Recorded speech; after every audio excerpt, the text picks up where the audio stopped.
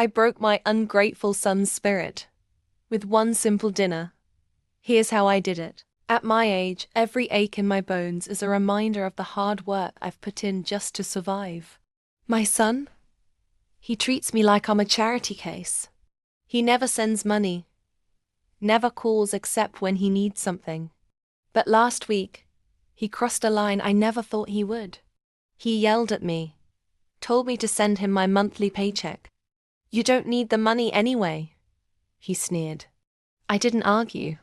I didn't cry. I smiled and planned my quiet revenge. The next day, like clockwork, my son and his wife showed up at my doorstep, expecting their usual free dinner. They walked in confident, casual, because they knew I'd cook and clean for them again. Like always.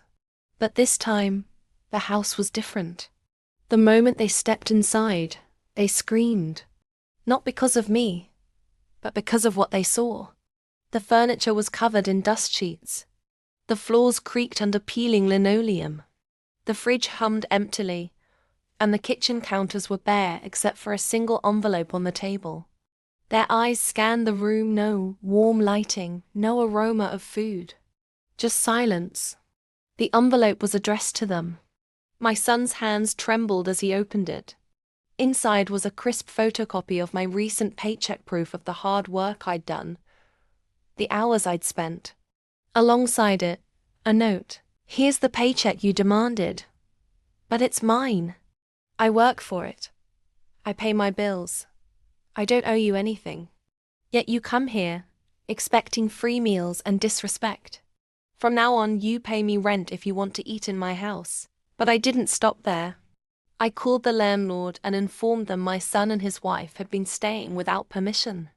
The next week, a notice was posted on my door, an eviction notice for them.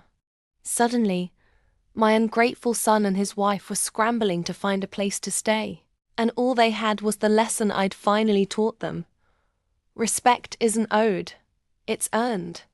And here's the kicker, they came back to beg. Not for money, not for dinners, but for forgiveness. I looked them straight in the eye and said, I've been supporting myself for years. Now, it's your turn to stand on your own. If you've ever felt used, disrespected, or taken for granted, remember this. Sometimes the strongest revenge isn't shouting or slamming doors, it's standing tall and letting your actions do the talking. Subscribe to my channel for more stories of quiet power, tough love, and the sweet taste of well-deserved justice. Because when they push you down, the best thing you can do is rise and show them what strength really looks like.